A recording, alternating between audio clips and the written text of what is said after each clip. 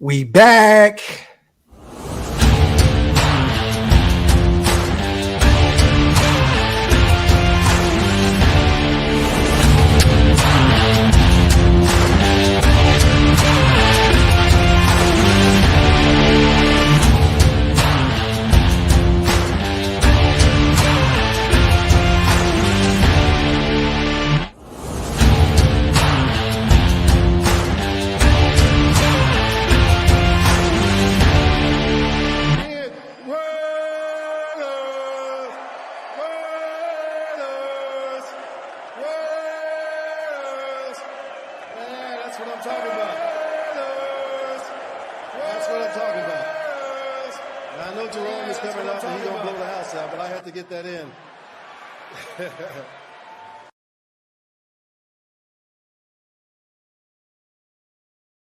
Yo, salute to everybody here in the building. We appreciate you guys for rocking with us. Welcome to the Graph and Wasted, or the Wasted and Graph Show. I am one of your hosts, Graphic Raider. Got my big bro in the building, Wasted Talent. I'm your man, Wasted Talent. What is the deal, y'all? Yes, sir. A lot to talk about today, you guys. Watching that game last night, Josh Jacobs officially signing his one-year deal today. Got to talk about these both. Going to talk about the good, the bad, the ugly from last night's game. And moving forward, what to expect. I believe we have about 6 practices up until the Denver Broncos game, week 1 at Mile High. So we're definitely going to talk about all that, man. Salute to everybody here in the building. Before we do anything, got to pay our bills, man. Make sure you guys wipe them feet. Pay your bar tabs, meaning hit them thumbs up. Also, subscribe to both channels, man. Las Vegas Raiders Network, Raider Nation Unlimited. We are on our way to 2 milestones that we've been looking forward to really meeting since we started this. 10K and 20K. It'll mean a lot, you guys. It is free. Hit that subscribe button, man. Tell a friend to tell a friend, like my boy Wasted says, all day, every day. And real quick, WoodSomeWhiskey.com. Yes, sir. OakLasVegas.com for the drip, and PlanetRaiders.com for everything Raider related. All right, man. Got to talk about this game last night. I know a lot of people were killing us. Oh my God, we look terrible. Well, guess what? It's preseason game. Up to that point, Wasted, the Cowboys were 0-2. They won their first preseason game yesterday. This is a team that is expecting to play for a Super Bowl this year, right? Yeah. Bunch of 3rd and 4th stringers out there.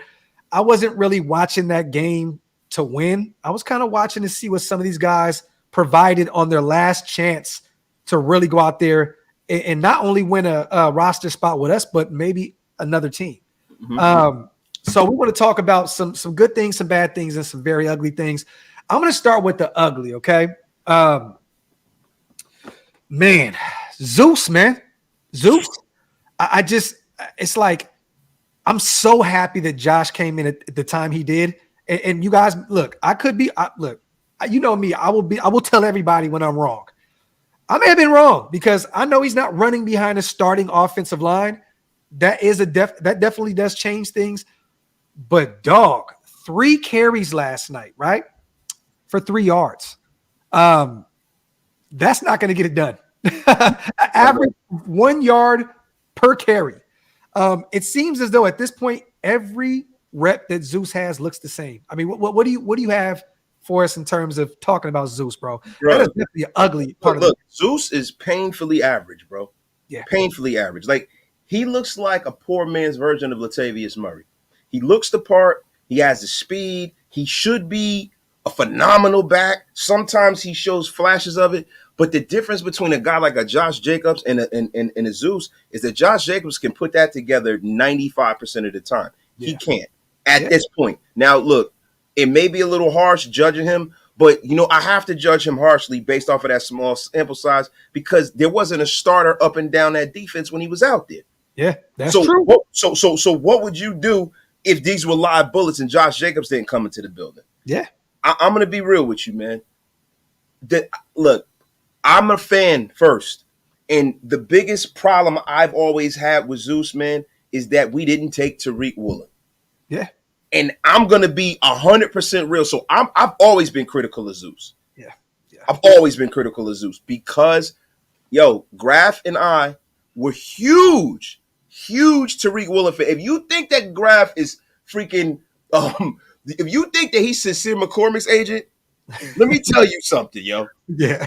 Tariq Woolen, He was the original. bro. We actually had an argument over who discovered him. Yeah. It was ridiculous. It was ridiculous, bro. Yeah. So when we had a chance to take him, we were on the air in Las Vegas. Yes. And I was sitting up there and I was like, holy shit, it's going to happen. It's going to happen. And it didn't happen. And we drafted this fucker. I was like, Yeah, man. And now here we are. The only thing that I got to say, though, about Zeus is that you do get better the more touches you get. And last year, he didn't get a whole lot of them because 17 carries. That's it. Yeah. So I'd expect him to be better than he was yesterday. But yesterday was a bad indictment on his skill set. Yeah, I mean, you look at all the other running backs, right? And we're going to talk about one of them in particular. I'm going to be honest, Sincere didn't look good out there. I think Sincere is not going to make this roster at this point. It's just clear cut with Josh signing his 1 year deal, $12 million. We both talked about this yesterday. He had 5 carries for 27 yards yesterday. It was a big day for Sincere. He needed to have a big game to even try and sniff a roster spot on the 53. I think he's going to end up on the practice squad. He averaged 5.4 yesterday, which isn't bad, but he didn't stand out. Darwin Thompson, 4 carries, 13 yards, 3.3 average. There's one guy on here we're going to talk about in particular, and we're going to just bounce around from good, bad, ugly. This is the good. Damian Williams. A guy had 6 carries for 54 yards and a touchdown, averaged 9 yards per carry. It seemed as though like this is how Zeus was supposed to look. You know what I'm saying? Like Damian Williams he was elusive, made some big plays. I'm gonna be real, y'all. Look, and I'm not saying that this regime is going to give up on Zamir that quick. Could he be a surprise trade candidate? Could he be a surprise candidate at this point? Wasted? Like, can he? Because look, man, I think we value Zeus more than other people in the National Football League does. He's done nothing, and at this point, Damon Williams is looking like RB number 2. Man, he's looking like RB number 2, man. Like, look, if we're being in all serious, he has shown that he should probably make this roster. And he should get more touches than any of these other guys we're talking about. Yeah, like so at this point, if you could get anything for Zamir White, why not? Yeah, I mean, why not? Look at it. You got to look at it. Like, see, that's the good thing about having such a deep roster. Like, from what we could see, some of these younger guys, they have value. A lot of other teams wanted these guys. A lot of these guys, we moved up and went and drafted some of these guys. So let's hope that maybe the Raiders, and I'm looking for the Raiders to make a move, possibly on the offensive line or possibly in the linebacker group before the season starts. Definitely. I'm looking for them. Yeah. Because this roster is loaded and log jammed at certain positions, and I can see them doing that. Definitely. And Eddie, where was Pierre Strong playing? In New England, right? Two regimes. Well, this regime that's with us that came over from New England. These guys will get. They have no ego or pride when it comes to getting rid of somebody. They'll say, "Oh, we made a mistake. Let's move on." That's what I love about this regime. Gruden and them would try and stick a circle or a square through a circle. You know what I mean? Like, it just made no sense. They'll stick an hexagon and through a fucking square hole. Yeah, you know what I'm saying? So, but yeah, Pierre did get traded. I believe he got traded to the Cleveland Browns. I can definitely see this be a situation where Zeus, because look, Amir Abdullah is going to be here. Damian Williams looked good yesterday. We know Brandon Bolden is going to be that emergency running back. Britton Brown is probably cut. But, man, just to see Damian Williams look the way he did as a veteran compared to Zamir, a guy that we expected that would have to take over the reins as the running back 1 position if Josh didn't show up, it's alarming. So we got one good, which is Damian Williams. We got one ugly at this point, which is Zamir. I'll go the bad. Nah, you know what? We'll stick with the good. Yes, well, this is actually good and bad, okay? Tell me if you agree with this, Wasted. Christian Wilkerson yesterday, all right? Yeah. 10 receptions, 122 yards. He had 13 targets, had a long of 30 yards, 29 yards. But a kid that is not going to make this roster. He was fighting for a roster spot around the league. Maybe he goes on our practice squad because of, his New England ties. You know how Josh, they like their guys, right? But he's a guy to me that makes big plays and then gives up like big plays. He had some drops You know what I'm saying? It's like this kid will go out there and you're like, oh, okay, like this kid may make this roster. And then he makes an easy drop where it's like, I don't think he's going to make this team.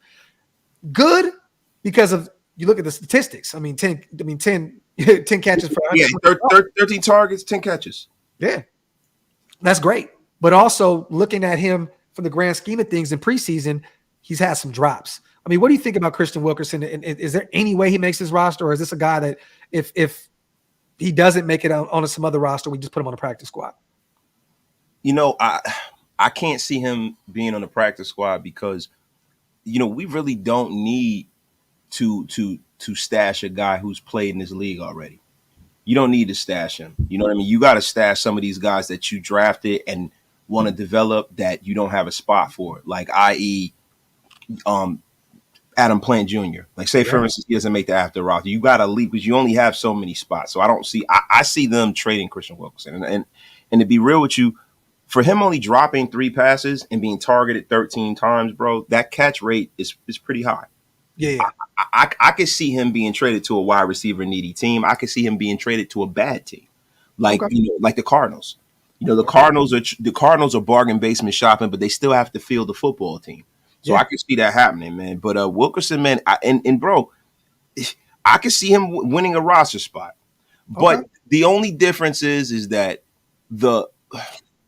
they already have their guy that they have that familiarity with, right? Yeah. And this is a guy that we didn't think was going to make the team, right? Yes. But I don't know if you heard, but Jimmy Garoppolo was thrown to Philip Dorsett in the offseason.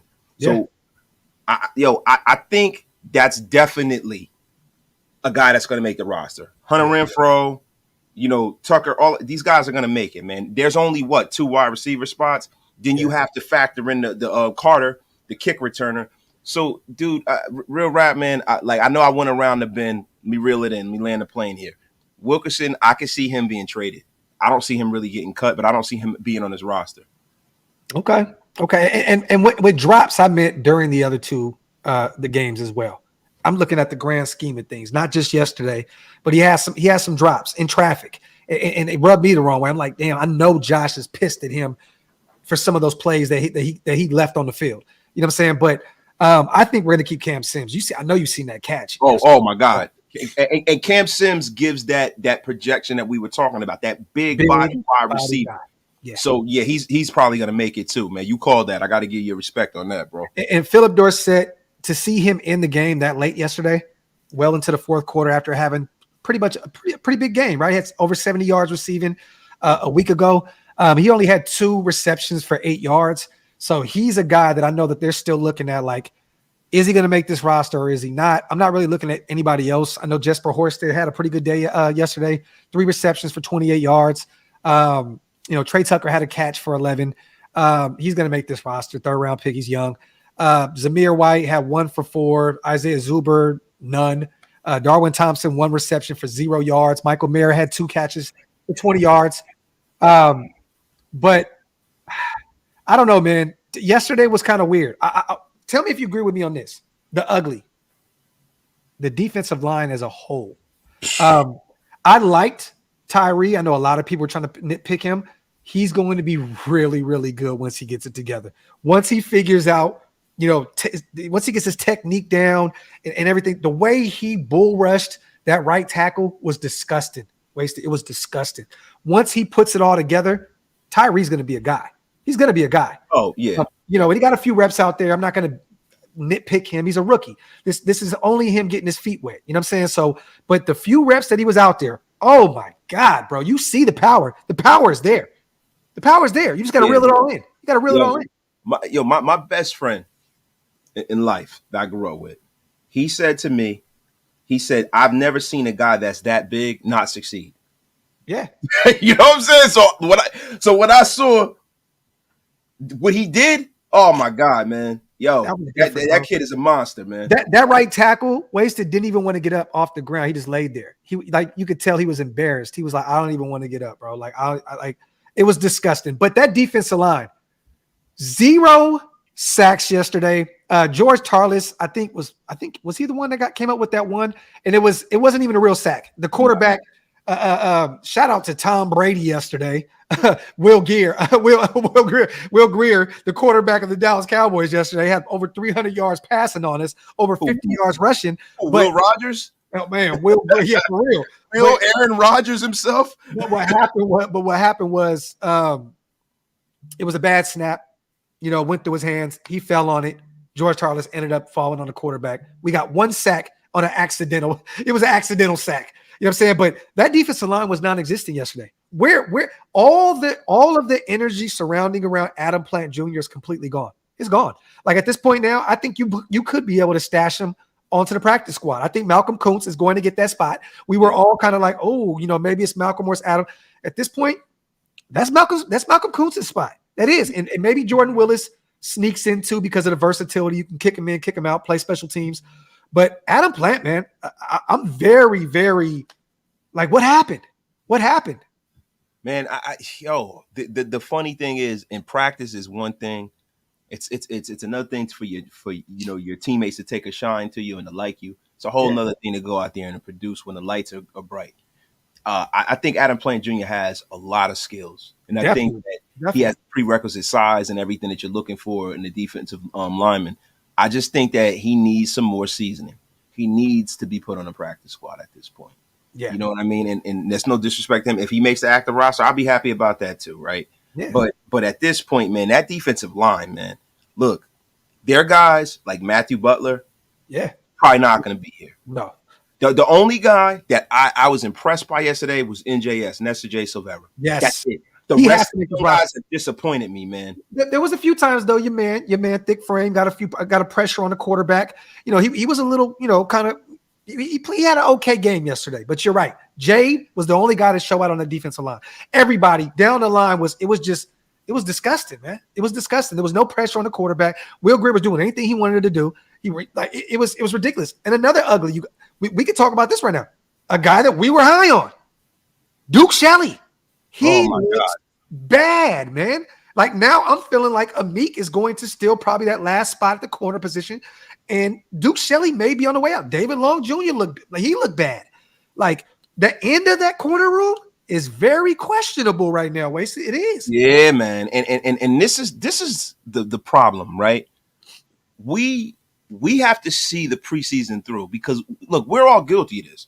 We saw these guys, we got happy, the 49er game. We're like, oh man, it's a new we still have an issue there. Yes. We still have an issue there. Yes. The good thing is that it's not like in previous years where we don't have young guys that are on this roster that are going to develop and that we have, kind of faith in like a Jacorian Bennett.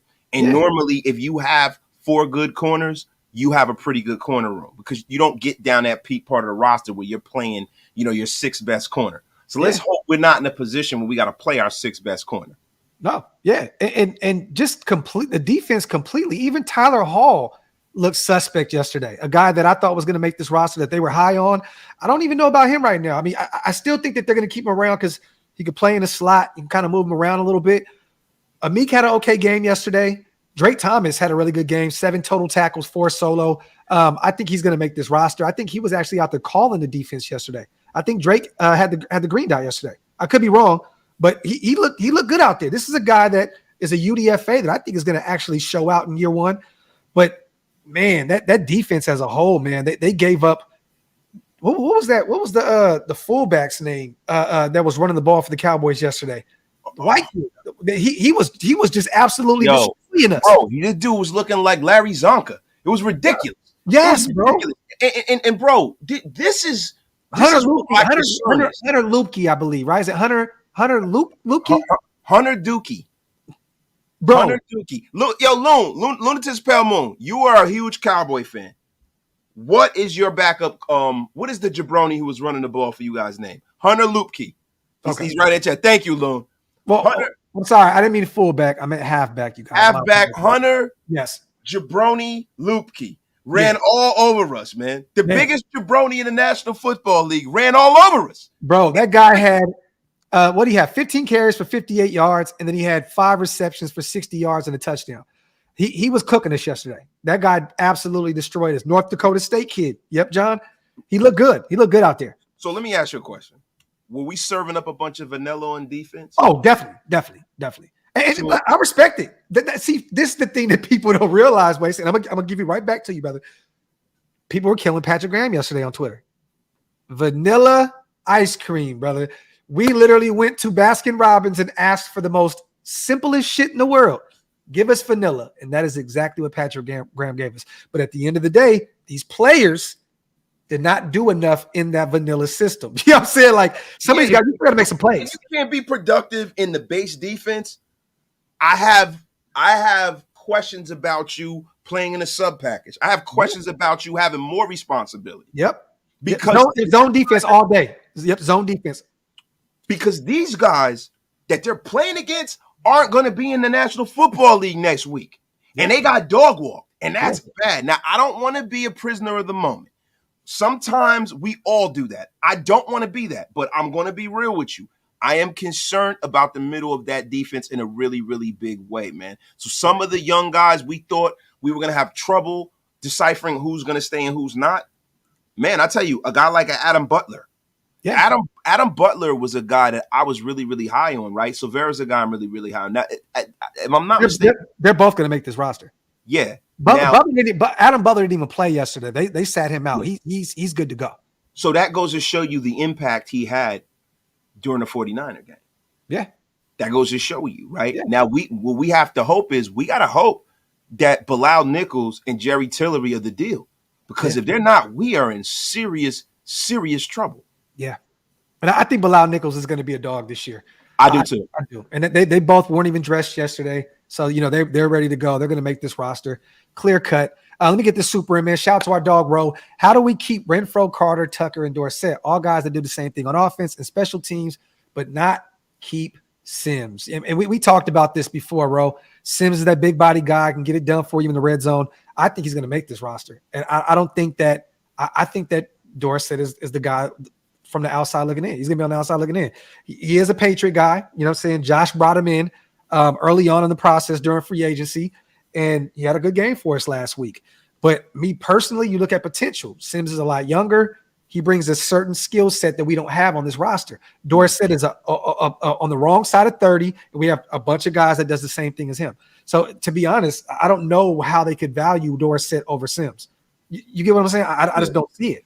I don't see it. Yeah, he doesn't. As far as roles, see, that's the thing about football teams. Everybody always they overlook the role that you fulfill in said team. You know what I mean? Like even with your defensive line. Well, I was right. Okay, but go ahead. My bad, bro. Go ahead. But on this team, you can't have the Smurfs in the locker room. And that's essentially what they have without Devontae Adams and Jacoby Myers. Yeah. So you need that big body guy somewhere on this roster. Yeah. That is when you have a complete receiver group.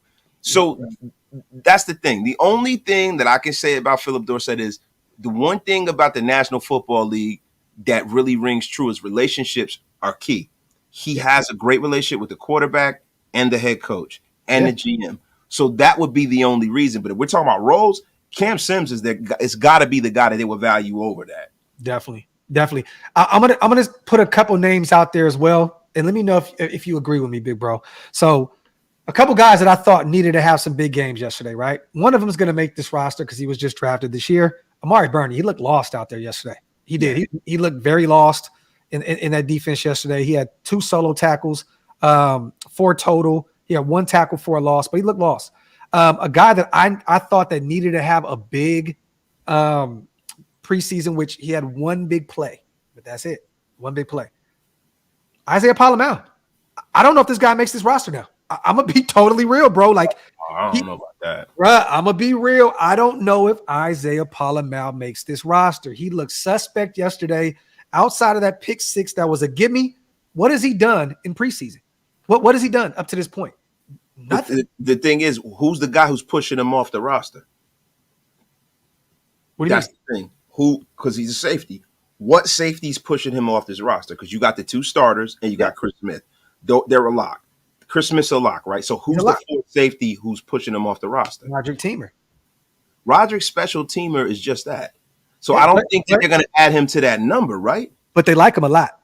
Yeah, he's not going to get cut. He's a special teamer. So they can carry 5 of those guys, right? So let me see. Like you said, Chris Smith is going to make the roster.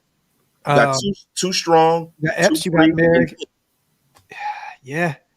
I don't know. Look, you guys know I'm high on Palomar. Don't get me wrong. It's just he hasn't done enough for me in preseason. He looked from what I heard, he was looking good out there in training camp, but he hasn't really. He's left a lot to be desired, bro. Let's just we'll keep see. it. That's the piece of the puzzle that Yeah, we we can don't. still trade for a safety. Or we could pick up another safety off the scrap heap once cuts happen. Yeah, Remember, but see, this the thing though. That's the piece of the puzzle that we're not seeing.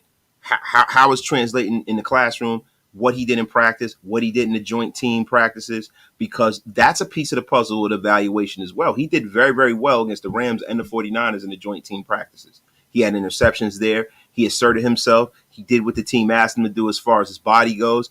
And I don't see any way he doesn't make the roster. There's not one safety that's going to push him off the roster. all I'm saying is I wouldn't be shocked if he didn't make. To me, he didn't do enough. He's still a UDFA, you guys. Like, yes, he had a pick six, bro. Give me. Like, you could have ran that shit back, bro. Let's just be real. I'm not taking nothing away from Palomar. It literally was right in his hands. There was a miscommunication between the quarterback and the receiver, and the ball literally landed in Palomar's hands. I'm sorry. Like, this kid may not make this team. And I love the idea of having a 6'4" guy that you can play close to the line of scrimmage, put him as like a box line, box safety and all kind of stuff.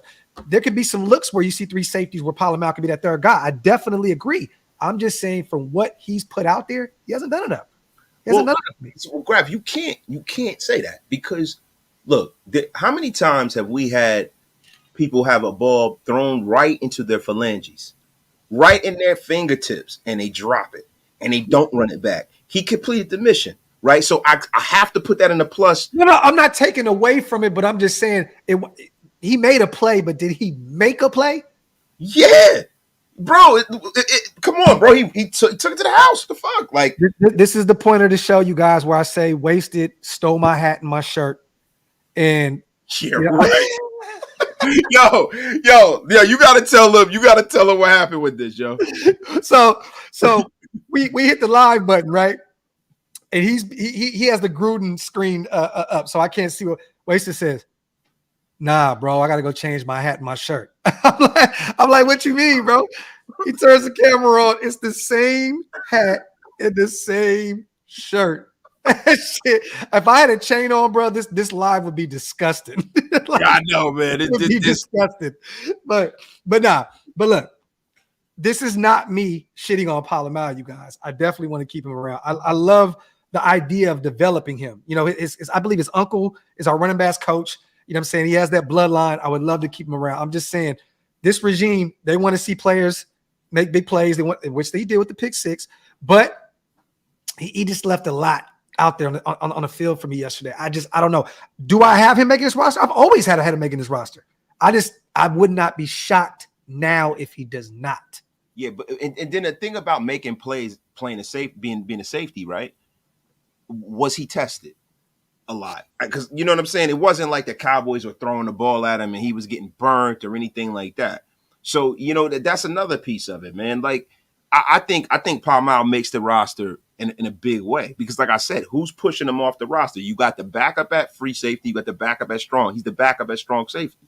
And then you look at Roderick Teamer. Roderick Teamer is going to have a roster spot, but they're not looking at him to play any safety. He is him and Brandon Bolden are ace special teamers. I don't think they really count. And like, look, you got to put them somewhere in the roster calculation, but they don't count in that way. It's like having Will Compton on your team. Real quick, breaking news. The Raiders have cut the GOAT Chase Garbers for a second time in one offseason. Also, we waived running back Darwin Thompson. We placed Britton Brown on the IR. So I don't know if we come up with some type of injury settlement, but his season is over. We'll probably stash him away for the year. And Sincere McCormick. He get the Raiders scholarship this year, like Sincere McCormick last year. Yeah, but so it looks as though we're getting this going early. Cut day, you guys, is Tuesday, but we have to have everybody. We have to have this 53 settled by Tuesday. So it looks as though we're starting pretty early right now. But Britton Brown has been placed on the IR, and Chase Garbers. There's a few other guys that we waived. Isaac Darkangelo, which I knew that was going to happen. The UDFA that we brought over, we just signed. He was going to be there for the Dallas game. Ike Brown got torched yesterday. Oh my God, bro. Yeah, my God. Oh my God. Ike Brown Ike got cooked. Toast Brown. He was cut. Defensive tackle Doug Costin, another guy we just brought over. Bryce Cosby was cut. Chase Garbers, Vitality Gurman, the guard, and Chris Lacey was waived also. And tight end Jacob Hollister, Britton Brown, and Isaiah Zuber were all placed on the IR ending this season. So there you have it. So we got a bunch of things going on right now. Well, the tight end room was one of the hardest ones to call. So, Hollister going on an IR kind of clears things up in that perspective. But hey, man, look, Chase Garbers, man. If I was him, I'd be pissed. I know when they cut him, he said, I've been thrown out of better teams than this. Fuck you. He probably was going crazy, man. Nah, but we knew what time. I was actually shocked to see Aiden out there so much yesterday. I thought that they were going to give Chase the ball and give him a chance to try and win a backup spot somewhere else and kind of sit Aiden. Another good, you guys. I'm going to put it's not great, but I'm going to call it good. Aiden O'Connell kind of came back down, earth yesterday, but he did have a good game. He played predominantly the whole game. Chase came in and took over in the fourth quarter. Aiden O'Connell he was 17 for 26, 178 yards in the air. That's really it. I mean, it was no touchdowns, no picks. That 2-minute drill, I loved. He came down the field, made some big plays. We couldn't capitalize at the end to get it done. Daniel Carlson just went out there and hit a 62-yarder like it was the easiest shit in the world. Oh my God. Can I ask you something, man? Yeah, and that's a good right there. That's a great. Yeah. Bro, are kickers getting better? Or is this dude just that phenomenal? Man, he hit that thing. Look, and I know y'all going to get mad at me for saying this, bro. He is the most consistent kicker that we've had. I'll say even over Seabass. Yeah. Even over Seabass, bro. Yes. Man, because sometimes towards the end. He missed a lot of kicks. Yeah, he missed a lot of kicks. In the beginning of Seabass's career, when we first got Seabass, and we were like, oh, man, Al took him in the first round. Yeah. You know what I'm saying? He was phenomenal. Yeah, but, bro. Yeah. Listen, this dude is phenomenal, bro. He's probably one of the 4 best kickers in the National Football League. The Vikings are kicking their own ass right now by cutting him and letting him go because the way he hit that 62 and the way he walked off, it was so cold, bro. He just walked off like man, that's going in. That was crazy. Shout out to Chuck. Graf, real question. Being that PG is known for the 3 safety look, who do you think is the guy who makes it over Palomar? And that's the thing. Look, I think that they're really high on Chris Smith. You know what I'm saying? Our young rookie safety that we got from Georgia. You know what I'm saying? I'm not saying that he's ready to come in and take that, that 3rd safety spot. Me personally, I want you guys. This is not me saying I don't want Palomar on this roster. I'm just saying that I expected for him to have a big preseason. Outside of that pick 6, I wanted more plays. I just wanted more plays from him. That's it. It was just I wanted to see some more like him coming downhill and just smacking the shit out of a few people. I just didn't see enough plays from him. If that pick 6 didn't happen, I don't think we would have spoke about Palomar at all this whole preseason. Can you agree with me on that? Well, see, you're talking about the flash plays, but the thing is, what you got to really do to really evaluate him is put this lens on him. Focus on the plays that he had. Focus on the times he was tested. Focus on the times where he helped out and came over and was in the position and prevented a big play. That's more of the way that you evaluate some of this stuff because, look, in preseason, man, they're not really going deep a lot. You don't get a lot of chances to make big plays. Yeah, so that's the way I would have to look at it. And then plus, they're not playing consistently. It wasn't like Palomar played like 3 quarters. You know what I mean? It's kind of hard to evaluate somebody in that manner, man. No, and I want to see him out there with Max and Chandler on the edge. I want to see him out there with a bunch of starters around him. That's going to elevate his game. Definitely is. It's just, look, me personally, I think I'm so critical of him right now because I want more and I expect more out of him. You get what I'm saying? Like, that was a guy I've been speaking about. Wasted. I've been high on Palomar since we went and got him as a UDFA. I've been really excited about that pickup. I just wanted more. That's all it is. And I hope that he makes this roster, and I hope he gets some more time for us to develop him, and we can see what we got. You know what I mean? Because I think that he has a great skill set for this specific defense. And I think that the way Graham runs that, like he said, runs that three safety look, I think he can definitely be that guy. I just expected more out of him. I wanted him to be like it's like Tyree Wilson came out and just literally just crushed that right tackle. It's like I wanted to see a play from it's like, whoa, Palomar just literally slept this dude. Like, you want to see him impose his physical will on somebody because that's what he is. yes. You know, Pau Mao is really the physical safety. Yeah. He's the that's what we're looking for from him. And I know we want to get a chance to see that. You know what I mean? Because look, Marcus Epps is a hell of a safety, but he is not the physical guy, right? Yeah, he can be, but he's not the guy that we know Polamalu can be. Let's just say that. Yeah, he's not. Look, man, there's some safeties in this league that they lay the wood. Epps ain't that guy. He's not that guy that's going to play close to the line of scrimmage, and he's not that kind of safety, right? Merring is not that kind of safety.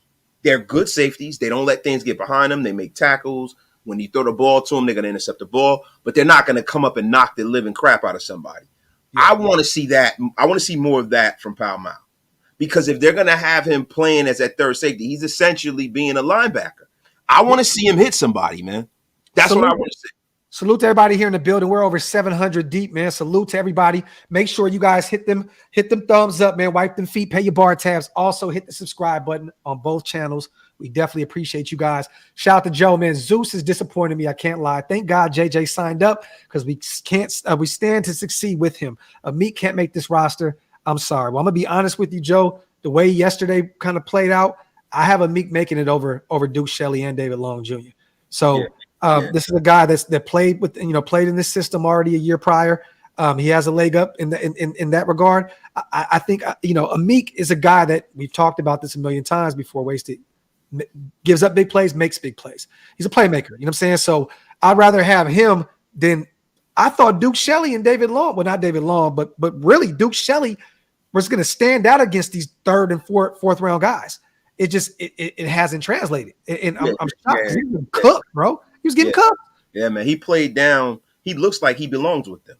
Yeah, and there you have it. This is a guy that we were looking at this is our fourth best corner. Yeah. No. Potential starter. We thought he was going to start on the outside at one point. Yeah. No. That is not what he is. He is a guy who looks like he belongs on the outside. Yeah, that's what he looks like, and he hasn't done enough to push Amik Robertson off this roster at this point. No, and I didn't have Amik making this roster at all. I had Shelley making it, and potentially David Long. But I'm gonna be honest, Amik, I think he's gonna be back because of that. Shout out to Jason, man. 2 Best Raiders talk show right here. You guys are the absolute best. Thank you so much for what you do. I appreciate it. Shout out to you, Farnsworth. Appreciate you, King, so much. Shout out to our dog, John, real quick, man. Watching the game now as y'all are talking, at least 7 plays where both linebackers were step on. The snap was backwards. That needs to be coached out of them. Look, man, yesterday was just, I think it was like a game was like, go out there and do whatever you want to do. like that's what it looked like. Go out there and do whatever you want to do. And we're going to see who does whatever you want to do the best. Like, that's how it looked to me. That's how it looked. You know what I'm saying? Like, it was really just, it was very, very helter-skelter. It was all over the place. No rhyme or reason for some of the things that they were doing. Like, because when you watch preseason, what you're evaluating is you're evaluating specific players within a team construct. So it's not really about whether you win or lose the game. It's more so about putting certain players in certain scenarios so you can actively say, yo, I'm going to keep him and I'm going to get rid of this guy. The problem that people don't understand is this. Duke Shelley might come in and he might make this team and he might be great, right? But if we're just going off of us from the naked eye, he hasn't done enough to separate himself from Amik, who was already an incumbent guy on his roster, who they know that they can depend on. Yeah. So that's the thing. If it's a matter of, yo, he's fine, he's made it already, he wouldn't be playing. Yeah. And that's the problem. If he's playing in the third preseason game, most of the game, he's fighting for a roster spot.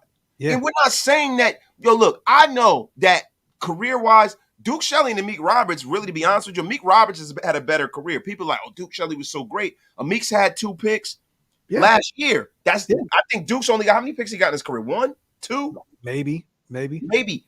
Yo, they're the same guy. Yeah. They're essentially the same guy. But the thing is, you guys, and shout out to everybody in here saying it was ugly yesterday. It's supposed to be ugly. You guys, yesterday, Mick Lombardi called our offense. So Josh McDaniels gave him the keys to the O yesterday, just in case something happens to Josh down the line and someone needs to take over the offense, right? So Mick Lombardi called the O. It totally looked different too. Like, I'm gonna be real with you. We ran the ball a lot more with Aiden out there early on. It was like, damn, are we ever gonna pass the ball? Like, if it seemed as though we were running the ball a lot early. And Dak was calling the plays on the offensive side of the ball for the Cowboys. He was their OC yesterday. So that lets you know how much that game meant, period, bro. They have their star quarterback calling the offense. We have our backup guy, Mick Lombardi, which is technically our offensive coordinator, but we all know who the real offensive coordinator is, Josh McDaniels. So it's not that big of a deal. And Wasted brought something up that was very real to me on the phone before we did this live. It's cool to get that L out the way early, you guys. No team has ever went undefeated in preseason and won a Super Bowl, right? Yeah, never. So it's cool. Get it out the way. You know what I mean? Up to that point, I think we were like 6-7 games in a row that we won, especially during preseason. But get it out the way. It is what it is. I'm so happy I didn't go to that game, though. I had tickets for it. I'm so happy I did not go.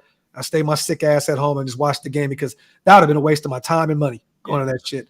I was excited about seeing Aiden, though. You know what I'm saying? But even that was a pedestrian game from him also. So it wasn't that big of a deal. I don't feel like I really missed out on too much. Shout out to Mike Downs, man. Gentlemen, we are 2 weeks away from real football. We are going to crush the Denver Broncos. Salute to my dog, Mike Downs. As always, 27 months, man. Salute to my dog, man. If you guys want to become a member, hit the link. It's pinned up top. One of the best ways to support the channel. Shout out to my dog, Fish and Riffs. How many players on the field last night are going to be on this 53? Somebody acting like that game is indicative, of how the team will look this season. Facts, Fish. But we're Raider fans. Everybody always freaks out all the time over everything. That game meant nothing last night. It was the last dress rehearsal for a lot of players trying to find jobs around the league. Go ahead. Yeah. Well, you know what? It's important to us because we understand the entirety of the situation, right? Yeah. You want to be able to evaluate the guys because injuries do happen in the National Football League, right? So you want to hope that the guys that are behind them can give you a coherent effort to where they're not a gaping hole on the team. Also, you can actually package some of these guys that you're not going to use in trades. Yeah. And we were hoping that we can move a player or two to fill a roster gate hole, or maybe you know what I mean. So it does mean something. Let's not. No, it does. I'm just saying the L particularly doesn't. The L means nothing. Look, the outcome of the game, like I said previous, the outcome of the game is not what's important in preseason. It is evaluating a player within a team construct. Yeah. That's all it is, man. It's evaluating a player with live bullets, not friendly fire. And that's all it is, man. No, facts. Salute to everybody here in the building, man. Make sure you guys wipe them feet. We are almost 800 deep in the chat. Salute to everybody rocking with us. Shout out to our brother Raider Dame on the $10 donation. Salute, King. Appreciate you so much. My dog. Yeah, Ali, I agree. Nesta Jade has to make this roster. He's disruptive. Him and Adam Butler, man, it'll be a nice little 1-2 over there on that D-line. Primos, that's the big question. Damian Williams, that's the big question. I want to ask everybody here in the comments section. This is not me saying that we are saying let's move on from Zeus. This is year 2. He only had 17 reps last year. We're not expecting him to come out and be that flashy guy. He's a 4th-round pick, and we don't expect him to be Josh Jacobs, especially overnight, right? But is there any way in you guys, in any world, that Zeus can be cut or potentially traded before week 1 in the next few weeks? Is there any way that you think we give up on Zamir that quick? In the comment section, let us know. Because Damian Williams definitely play some nice ball out there, and we definitely have to look at him. We have to look at him. We have to say, can he help this? Can he help this running back room? Can he help this running back room moving forward? Because to me, Zeus is a liability at this point. You know what I mean? Like liability, that's strong. I think that's a strong assessment. Okay, you know what? You're right. Let me step back. Let me take a step back. Not a liability because first of all, we have Josh Jacobs. So you can't really call him a liability because Josh Jacobs is a star running back. Yeah. I don't want to call a running back 2 a liability because technically, you know what I'm saying, he's not. So you're right. That was a strong word, a little too harsh. But I'm just saying this is the second guy this regime drafted wasted. You know what I'm saying? So I'm assuming that they thought maybe this guy could be the guy that can take Josh's spot. And he's shown up to this point, he's not that guy, right? Am I wrong with saying that? No. I mean, bro, I think that he hasn't done anything to this point to show us that we can replace Josh Jacobs. But see, look, man, since when do teams replace superstar players like with a snap of their fingers? Yeah. It doesn't happen, bro. And there's one guy throughout the league that everybody's expecting to get that result from, and he's in our division, and it's Austin Eckler. People think that what happened with Melvin Gordon when they moved on from Melvin Gordon and then they gave Austin Eckler the shot, everybody's thinking that's going to happen here. That's not a normal result with shit like this. Yeah. A lot of times when you get rid of a star running back, you suffer after that. Mm-hmm. Let's be for real. And Melvin Gordon was a star at one point. Yeah. He got a little fumble. He got the fumble a little bit after he got his, he didn't get his money. But I'm just saying, it doesn't normally happen when you go get a guy like Austin Eckler. Was Austin Eckler even drafted? Was he a guy or was he UDFA? I thought he was a UDFA. He might be like a late round guy though. But he wasn't. Look, I didn't hear about Austin Eckler in college. I ain't even going to sit up here and cap. I didn't. Real quick, Pale Moon, you are right though. A running back 2 can be a liability. But the thing is this, Zeus hasn't turned the ball over. He hasn't fumbled, right? He just hasn't done anything that makes us feel like he can be that guy if Josh goes down. So a liability is going out there, fumbling the ball and giving up the rock. You know what I mean? That's a liability. You know what I'm saying? Zeus is just going out there and running for 2 yards, 3 yards, and not being able to break off contact. You know what I'm saying? Like, that's an issue. It's not a liability, but it's an issue. So Wasted was definitely right for saying liability is I was kind of doing a little too much with that word. But liability is turning the rock over. Shout out to Edgar, man. Want to know your guys' take on AOC. I love it. I love him. I think up to this point, he's done everything that we could ask for and then some. But at the end of the day, week 1, great against the Niners. Looked really good. Week 2, looked good against the Rams as well. And then week 3 kind of came back down to earth and looked a little pedestrian. He's going to go through his bumps and bruises, but me personally, I think that right now he's a solid quarterback too, Edgar. What do you have? I think as politicians go, she has huge boobs. But, that's just me. But if we're going to talk about Aiden O'Connell, right? Because everybody keeps talking about AOC. We're going to talk about Aiden O'Connell. Fucking stupid, bro. Yo, Aiden O'Connell, look, man, I can't be happier, right? This is the first time in my life that we have a guy that is a young quarterback that we're not thrown into the fire too fast. Yeah. Even Derek got thrown into the fire a little fast. It would have been nice if Derek could have sat for like at least 5 games at least. We got Derek and immediately we're like, we got that shiny new toy and we had to put him out there. Yeah. It's good to have a kid that can develop and see, in practice, learn how to run a team, see another guy make some mistakes and do things right and get a chance to be around a Tom Brady and get a chance to be around a Jimmy G. So when it's his time, it's really his time. And he could take off and fly. So I'm fine with everything I've seen from Aiden O'Brady, man. Aiden O'Brady. I love that Brady was there yesterday too and said, go out there and ruin their nights. He was talking to Aiden O'Connell. He talked to Jimmy G, talked to Chase Garbers. That shit is so dope. Shout out to Raider John. I'm going to let my brother Wasted answer this. Do you think Josh will play both Aiden and Jimmy in the game together? No, unless Jimmy gets dinged up. It has to go out for a series or 2. Yeah. If you got 2 quarterbacks, you have no quarterbacks. That doesn't work. The only time I've ever seen people do stuff like that was with Cordell Stewart. You remember that back in the day? Well, Shanahan did too with Trey Lance and Jimmy G for a little bit. Used to take him off series. Yeah, it was terrible. It was terrible. So no, I don't think so either. Shout out to Raider Man Brothers. We talk preseason worries. Man, we are fractured as a fan base. It makes me mad. At the same time, it makes me sad. Raiders, let's buy in. I think we're bought in. I just think that some people are negative, Raider Man, about everything, and you're not going to be able to change that. That's just who they are. You know what I'm saying? So I think sometimes the thing that I've realized this past year, especially doing what we do, is focus more on the positive than the negative. You know what I'm saying? It is what it is. Like, just you can't control that. People are going to be who they are. At the end of the day, put more positive energy into the world, and that's what we choose to do. You know what I'm saying? So it is what it is. Shout out to John, man. Sticking to my guns. Aiden O'Connell shall now be named Ayo. I like that. Yeah. Call him Mr. Pauls. Favara. Shout out to Old School. If you're missing assignments and getting cooked playing in a vanilla defense that doesn't bode well when the D gets a little more complicated. Agreed, Old School. I agree. That's why the players like Duke Shelley should have went out there and had a big game for us yesterday. David Long should have had a big game for us, guys that have been around the league. I mean, David Long has won a fucking championship with the Rams. You know what I'm saying? Like, Duke Shelley looked really good at the end of the year for the Minnesota Vikings in that bad defense last year. These guys should have showed out. If it's vanilla and it's simplistic and it's easy to get, what is the problem?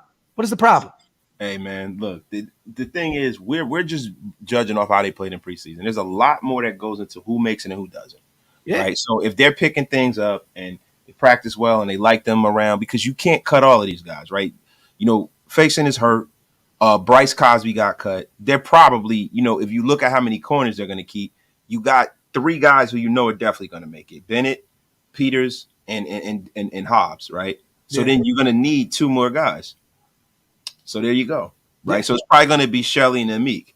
But at the end of the day, man, we have to kind of pump the brakes on how they played in the 3rd preseason game, because there's a lot more that goes into evaluating a player, whether you're going to cut them or not, than just the tape from the preseason game. And also, these DBs got no help from this defensive line, you guys. Duke Shelley will look a lot different with Max and Chandler and Tyree Will and all these guys Bilal Nichols getting to the quarterback. That defensive line did not help these DBs by any stretch. Palomau, the safety room, Chris Smith, any of these guys. Defensive line did not help. It all starts with the front line of your defense, and they definitely did not help those DBs at all yesterday. Shout out to Perk Angle, man. Love y'all. Keep doing your thing. Also, yes, rest in peace to Bray Wyatt. I did a moment of silence for him yesterday. Raider Nation Zone. Once again, man, rest in paradise to one of the GOATs. Salute to Perk Angle, my guy. Wanted to see, I know, yeah, Edgar. And a few times he did get under duress, though, and he escaped the pocket. He used his legs a little bit yesterday. Mm-hmm. Look, man, Aiden is going to be a guy, if they allow him time to develop, I think he's a guy that can potentially put it all together and do it all. Yeah. See the things instinctually that he does, man. I didn't mean to cut you off, bro. Yeah, go ahead, man. Sorry, bro. This dude moves the pocket without having to get out and escape. That is a skill that a lot of quarterbacks don't have. He keeps his eyes down the field, and he can deliver the football down the field when he moves the pocket, steps up, steps to the side, gets the ball off. He doesn't look shook, scared out there, and I haven't seen him make a bad throw yet. Yeah. I haven't seen him make a bad throw yet. That's been a beautiful thing from that kid. He has some touch. He has the ball jumps out of his hand. He doesn't have a cannon, but he don't got a water pistol neither, man. Let me ask you this, Waston. This is a kind of a hot take. And let me ask what you think about this. You can think of it one or two ways, though. We still got some time before week 1, right? We can go out there and make a trade right now. A big trade or a small trade, which I think will make something small. Maybe a linebacker. Maybe you add to that O-line or that D-line, right? Something simple. But if these guys go out and make a call for a big fish, is this them saying we believe in what we have right now? We can go win it this year. If a small trade, are they still looking at it like we're just trusting the process? Yeah, trusting the process. We're gonna go get a linebacker that could potentially, maybe it's Patrick Queen from Baltimore. I know we talked about him before. Yeah. It could be something like that, right? Smaller trades, or they say, you know what, man, look. We're going to call the Rams and go get Aaron Donald right now. Like at that point, you're like, oh shit, they're going for it all this year. Do you think we're going to kind of see how they look at this team in the next week or so in terms of that? Or is this just a regime that just trust the process? Year 3 is where we really get shit going. Yeah, see, I think it's people, places, and things, because other teams have to acquiesce to your request to even entertain a trade. So if there's anyone that's out there that's being shopped, we would have probably kind of, because like when there's a big trade, agents leak that stuff to the media because they want traction and movement.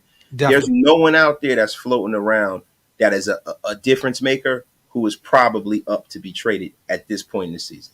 Now, as the season progresses and we get close to the trade deadline, even though the NFL trade deadline is nothing like the NBA trade deadline, it's nothing like baseball, not a whole lot normally happens. I think that'll be more of when the Raiders are going to show you that they think they can win it all. Because at this point, they don't know what they have. They haven't even played a game yet. So I think at this point, they're definitely going to trust their process. I don't think they're going to go out there and go make a bonehead move. Because if you were to do something like that and you gave away premium draft capital and then Jimmy shits the bed and then you put Aiden O'Connell out there and he's no good and you got to get a quarterback and then you've given up your second rounder that you might need to move up to get a first or whatever the case may be, I don't think they're going to put themselves and paint themselves in a corner in that way. Honestly, I can definitely see they wanted to keep him around a few years ago. And then he ended up going to the Bears, Nicholas Morrow. I believe he's with the Eagles right now. They have a deep linebacker core out there in Philly. I could definitely see us making a move for Nicholas Morrow, a guy that played pretty well for us. You know what I'm saying? In a bad linebacker room. You know what I mean? So I could definitely see that. We need as much help as we can get at that linebacker spot. And you know, with Spillane and Divine Diablo, we're betting a lot on those two guys. We're betting a lot on those two guys. Like, and that's kind of spooky to think about that. Like, those are your two guys, your go-to guys in the linebacker room is Divine Diablo, who's done nothing at the NFL level really up to this point. Yeah, at one point I think he led the league or led the team in tackles or some shit last year. But and that's like being the tallest midget. You know what I mean? There you have it. You know what I'm saying? But I just, man, the free agency class right now, the free agency pool, whatever's left, nothing really out there. We'd have to make some calls. Masterson looked okay. He looked all right yesterday, Elite. He was like, to me, and maybe I could be wrong, he was one okay kind of bright spot on that defense yesterday. Luke Masterson, he seemed to be everywhere the ball was. I could be wrong. Or maybe I'm about to go back and watch the tape. But I was watching and I was like, okay, Luke is all over the place.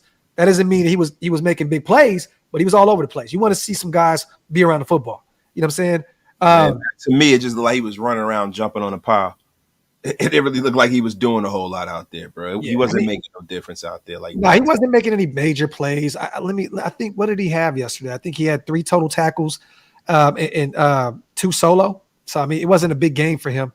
But he's definitely not ready to be that guy in the linebacker room. No, that's a fact. And the crazy thing is that I don't know whether this is a bad gamble to make, but they haven't valued the linebacker position because they use people to fulfill roles in their linebacking core who are not linebackers.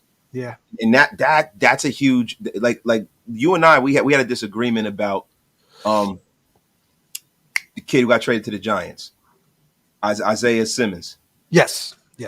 And the reason why I was saying that would be the kind of move that would show that, you know, you trying to swing for the fences, because that's a guy that is a linebacker by trade, but he can play that kind of like hybrid. This is the perfect defense for him. Yeah. That hybrid will linebacker kind of thing where he's in coverage a lot. And that's the kind of guy we need because he has those elite traits and he has the size, right? And then you got Travis Kelce in our division. That's a guy that you can stick on Travis Kelce. It's almost like Derwin James. Derwin James can physically match up with Travis Kelce. And I have to say this real quick. I agree with you now because from what I've seen, NFL.com came out and said that the Giants were not on the hook for that $6.5 million.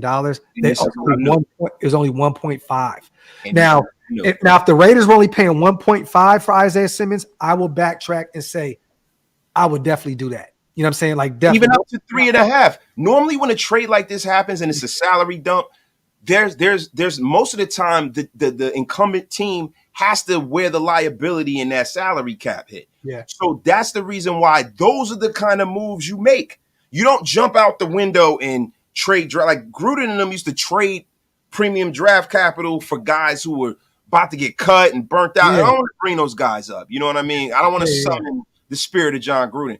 But Simmons, for us, would be phenomenal because that's a gaping hole in our defense. And that's if I can have any criticism on this regime, those are the kind of moves you got to make to get up to the top. Those kind of moves. See, I'm not a big fan of Isaiah Simmons, and I've never have. I mean, I liked him at Clemson a lot. I wanted to be real with you.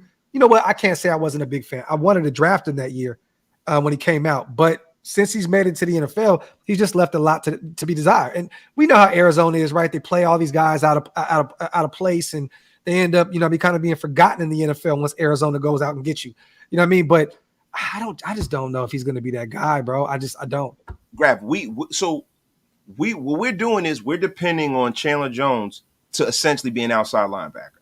Now he's done it before, right? Yeah. The thing is that this is a guy who is a linebacker, right? And then when we talk about no, he's a safety right now, bro. Isaiah Simmons is labeled a safety right now, bro. He's been playing safety, and if you watched him against Kansas City, that guy was getting absolutely cooked. But that's what happens when you have a really good, talented young player in a bad situation. Now, we were making this juxtaposition with Minkah Fitzpatrick. When Minkah Fitzpatrick was with the Dolphins, they were not using him properly. The minute You're gonna do that conversation again? yeah, but you know I was right though. You know, but I was technically right too, though, right?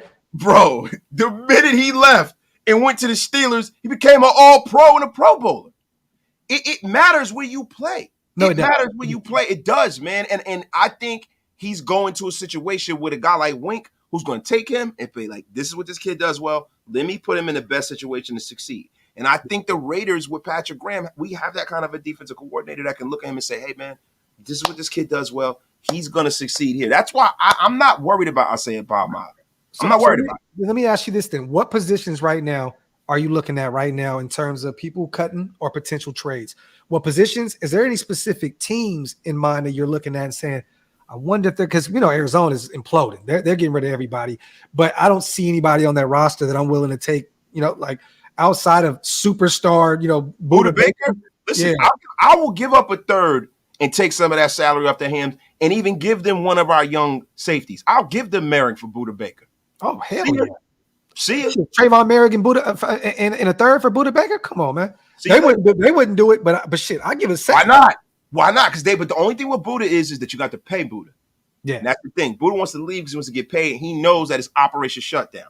Yeah. These guys are trying to move. They want, listen, the ownership group with the Arizona Cardinals is one of those teams who were never trying to win. Yeah. They were never trying to win, bro. Never. They would have. It was to a point where the league was going to get together and take that team from the Bidwells. Yeah. When the father was alive, because he was using the Cardinals as a salary. Like, he was making money. He didn't care whether he won or not, bro. And they're doing the shit again. They just want Caleb Williams. Yeah. So I can see them, and I can see, listen, man, the Denver Broncos are in a situation where they're going to have to do something to try to stimulate and fill some of the holes on that roster. They're going to have to do something. Yeah. They're going to have to get rid of some players on that roster. Now, they're not probably going to play ball with us in our division. That's kind of especially playing in week one, because they can use some of those receivers at the back end of our roster right now. They can be looking at a Keelan Cole. They lost Tim Patrick. They lost KJ Hamler. They lost Jerry Jeudy for a little while with that hamstring issue. Shit, they be looking at some receivers. We may have to start, but we're looking at the defensive side of the ball, right? I mean, that's really what we're looking at. I'm looking all over. Like, like we have a surplus of young tight ends. We got a surplus of wide receivers that maybe they can use. Yeah. So them, and then the Eagles. The Eagles are loaded. They have They have so many good players. They don't have enough roster spots. The Eagles might want to play ball with us because they're not going to be able to pay everybody in another year or so. Yeah. So that's the thing to look at. Yeah. Shit. I mean, look, man. I just know right now the only things that I'm worried about right now is the right guard spot, which I think Greg Van Roten is one. I think he'll end up taking that right guard spot. But still, if there's any kind of help that we can go out there and try and get, look, I'm all for it. But I don't think you want to. I think right now we're looking at depth moving forward, right? I don't think you're really looking at any starters going 2 weeks away from real football. You're looking at depth. You're looking at pieces that can come in and help provide depth at this point. Like, and I'm looking at depth at the linebacker position. I'm looking at potentially some depth at the defensive tackle spot. What else? Maybe we get that fourth or fifth safety. I don't know. You know what I mean? I said Palomar. I'd rather keep him around. Roger Teamer can be that fifth safety. We'll keep him as a special teams guy. His name is Roderick Special Teamer, as Hammer would say. That's Roderick Special Teamer. I don't ever look at him in the equation when we talk about our actual defense. Yeah. So I can see them going out there. I don't know who's really on the scrap heap that much. I mean, the thing about doing Raider content is I think before I started doing this, I paid way more attention to the rest of the league. Yeah. We pay attention to all of it. But doing this, we have to be so laser focused, and then we're getting calls from people who are around the organization and things of that nature. So we're more tuned in on what's going on with the Raiders and the AFC West. Yeah. So I look. So I'd be remiss in saying that, right? Without saying that, I don't really pay attention to a lot of the outside of the league lately.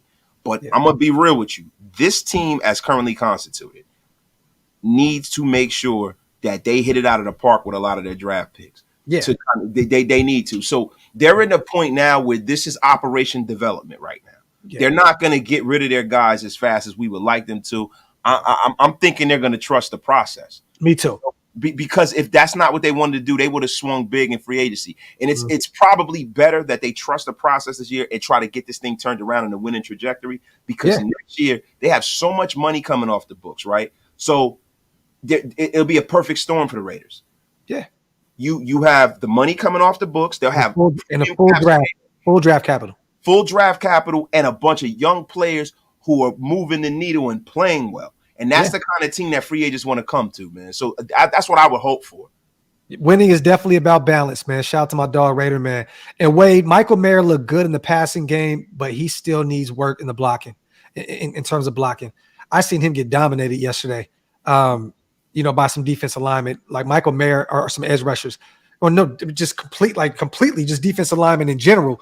I seen him get dominated by a little ass linebacker. There you go. Well, shit, even then. So yeah. I think that's some work to be done. Even though I'm going to say this real quick. Notre Dame, our team looked really good yesterday. Yes, they did. They look great. They look great. But this is the thing with Mayer, man. It's not a will. It takes some time. It's not an effort thing. It's a technique thing. Yeah. It's an adjustment to the strength and the physicality of the guys out there. He'll get it together. He'll be fine. But as long as he does his job in the passing game, I'm okay with him. Yeah, no, definitely. But yeah, in terms of run blocking, Dan, it looked pretty bad yesterday. This is facts. Shout out to Ty, man. Raiders just made some roster moves. Yes, we talked about it. Ty, you might have came in a little late, but we talked about all the guys that we've already moved on from, and then some guys that they placed on the IR as well. Sincal says, do you guys think that Jay Bennett has earned it? Oh, yeah. I mean, Sincal, at this point, I think Jacorian is a starter. I mean, is there any question? There's no question to that. And I think you guys are going to see what he has to offer, bro, because that's the one thing that I took away from joint practices is Jacorian Bennett. Everybody was talking about Jacorian Bennett. It was almost like LA Knight. Yep. Like LA Knight. Yeah. No. And he's been dinged up a little bit. What's funny is I put out a tweet yesterday and I was like, it says a lot about Jacorian Bennett not playing a down in this game. And then I realized after I tweeted, I was like, oh, let me delete this because he's been dinged up. So I think they've been trying to preserve him a little bit. He has been dealing with a few issues.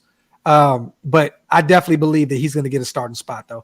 Big Day, I'm going to be real with you, bro. I agree. Heron is not the guy that they traded for at all. I don't think this guy makes the roster at all. Justin Heron, however you want to say his name.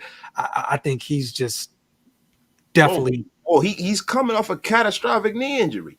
But still, we're talking about. Yeah, that's what I'm saying. Look, the way he was playing before he got hurt, he only played one game for us before he got hurt, I think. Yeah. He was throwing people around and stuff. He was looking aggressive. I was like, man, this guy's a Raider. Problem is, when you're a bigger guy and you got to come from a lower extremity injury, it takes some time to come back from that and not just actually heal to where you can get out there and play on the field, but time for you to adjust to dealing with that bad will. He never had a chance if he wasn't 100% healthy. He doesn't look 100% healthy. No. Shout out to Hawk, man. Adam Plant was getting tossed around for being 6'6", 270. Put him on the practice squad. We agree with you at this point, Hawk. With Tarlis, along with Tarlis, and cut Shelley or Meek. Shelley is dog water. Scrub. So we keep David Long? At that point, how many corners are you keeping? 5 or 6? Probably 6. Okay, so it goes Hobbs. The big three: Hobbs, Peter. And so take those. I think they keep Tyler Hall. I'm gonna be real with you. I think Tyler Hall sticks around. Brandon Faison is gonna be here. He had the red jersey on the other day, so it looks like he'll be back soon. And they paid him They gave him a 2-year deal, right? So Faison, they really can't cut him. I think Webb may be that 6th guy, that big body guy that they want to keep around. I think Webb's gonna be that guy. Yeah. And that's if they get rid of Amik, Duke Shelley, and David Long Jr. They're all essentially the same guy. Yeah. That's the thing. So we talk about people, places, and things. We talk about roles. They can't fulfill that big body corner role. They are those smaller, undersized guys. So say, for instance, you're in a situation where you got Mike Williams killing you. Mike Williams, 6'6", 6'5", whatever. And he's killing you because they're throwing the ball over their head. So you go and put a guy that's even shorter out there? Exactly. You can't have a roster of a bunch of 5'9" guys playing corner, man. No, I got 6 corners as well. You guys definitely got 6, and Look, I want to see Shelley make this roster. I haven't seen enough out of him, man. Heron rolled like a roly-poly, chop blocking. Salute to Hawk 2, Peters, Hobbs, Jack, Long, Facing, Hall, all corners. I'm not mad about that. Not mad about that. I just know that they're high on Webb, and they like Tyler Hall a lot. Those two guys, this regime has been pretty big on. Yeah, they're all 5'8", 5'9" guys. See, this is the thing I am concerned about with Duke Shelley. I am getting Rasul Douglas vibes. Yeah. I'm getting Rasul Douglas vibes. Webb is 6'2", right? Ain't Webb like 6'2"? Webb is 6'2", yeah. Webb is 6'2". But I'm getting Rasul Douglas vibes.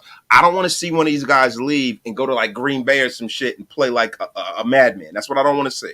When did scouts say that, Maul? Because he literally had the non-contact jersey on the other day at camp.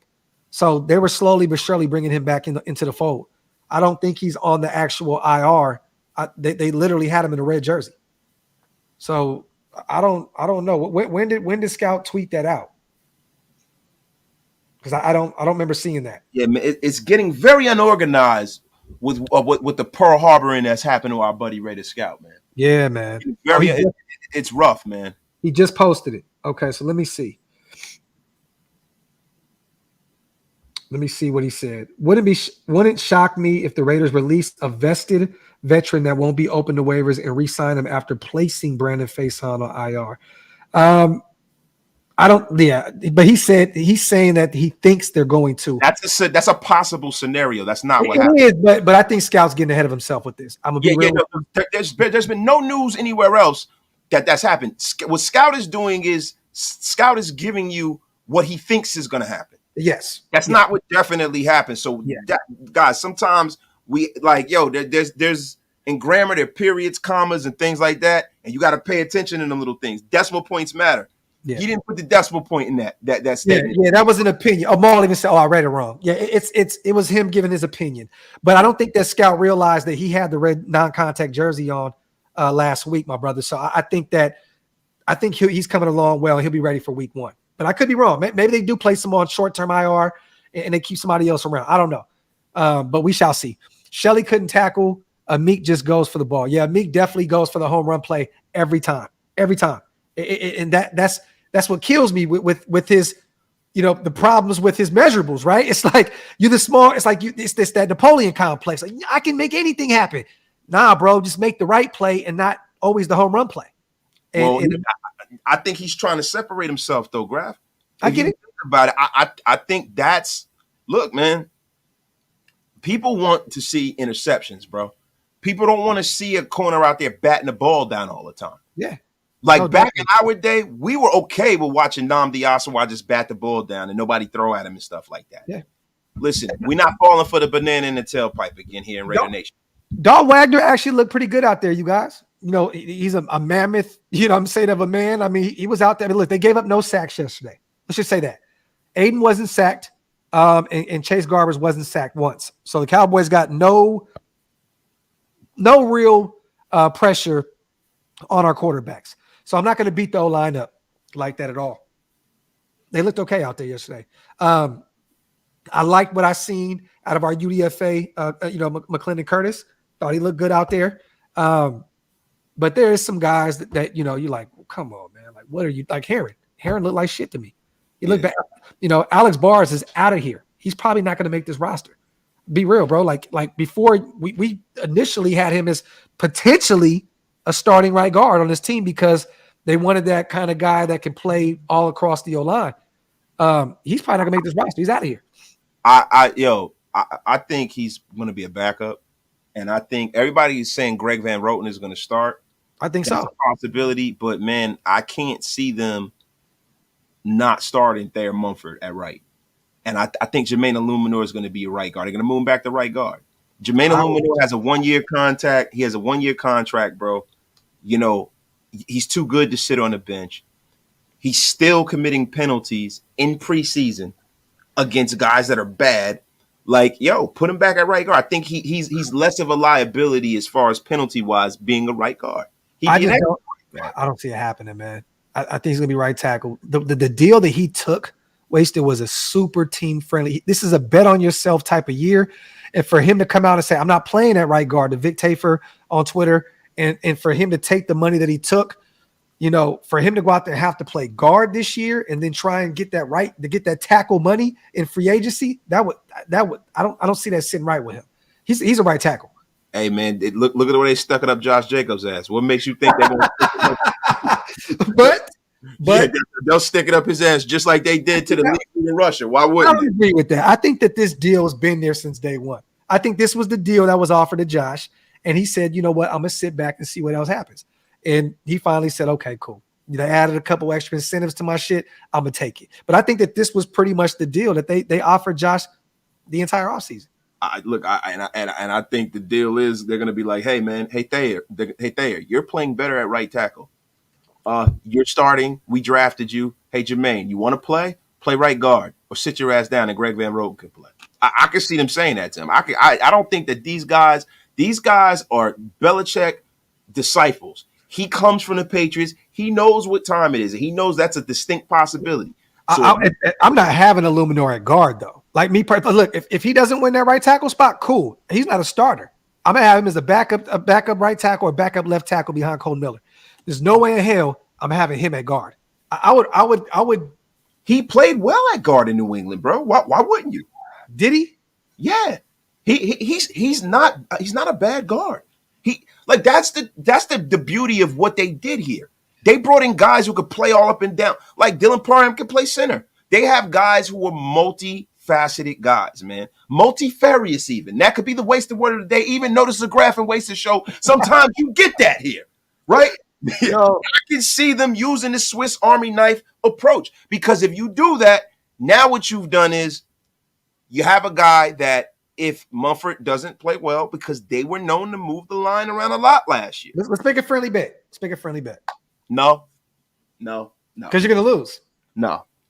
I'm not betting you, bro, because this is the thing. It's the gift that keeps on giving for you. Because Greg Van Roten and it's Illuminor on the right side. You got Mumford and Illuminor. What's up? Bro, if you win, you are never going to let me hear the end of it. That's not how I'm wired. You're never going to let me. This has nothing to do with being on the air. We talk way too much. You're going to piss me off. I don't want to bet you. Pride in the ego. Yes. Come on, man. Listen. Everybody knows I'm the diva of Mount Shieldmore. Yeah, right. So, no, I'm not betting you. Yo. Okay, so hey, chat, y'all come up with one, okay? Because he has Illuminor starting at right guard and Mumford on the right side. I think Mumford is the future right tackle, but just not this year. I have Greg Van Roten at right guard, and I have a Jermaine Illuminor starting our right tackle. Okay, y'all come up with something, and we're gonna talk wasted into it. Okay, salute to the chat. Make sure you guys wipe them feet. Pay your bar tabs. We're still over 700 plus people in the building. Salute to everybody rocking with us. Make sure you hit that subscribe button. Also, shout to Hawk Miller, Parham, James Van Roten, Jermaine Illuminor starters, Wagner, Mumford, Muti, Curtis, backups, Grasu, Meredith, practice squad, solid O-line, room. To be honest, in my opinion, also Mumford is the new Trent Brown. Shit. Moody is booty. He is getting cut. Yeah. He is booty. He's out of here, man. He's not done anything. That was one of the guys, bro, where I'm like, oh my God, we were so high on the idea of having him here and thinking that he would steal that right guard spot. Moody has looked very, very bad. So I don't think, I don't know if he makes this roster. And if he does, he's definitely gonna be a backup. But Mumford's the dog, though. Grasu is definitely gonna be a practice squad guy. Jordan Meredith is out of here. I don't even know if they use a practice squad spot on him. One of them have to be a backup center. Yeah, well, I think it's gonna be Grasu. Personally, got to be the guy, right? So yeah, but then you got other guys, that if you have to, you can move around. We just drafted a guy in Parham that can play center if need be. So, but I don't know, man. It's going to be interesting to see what they do with these UDFAs with McClendon Curtis and Dalton Wagner. I want to see if these guys make this roster because Wagner is a backup. He is making his roster now. McClendon Curtis, I like that. That's a guy that you can stash. But man, let me tell you something. That guy Wagner, that dude is making his roster, man. Because you got to look. You don't have a backup for the right. Well, you got a backup for the right tackle if you have Illumina, you keep. Yes. You know what I'm saying? But who's the backup left tackle? Yeah. Well, now it's Jermaine Illuminor.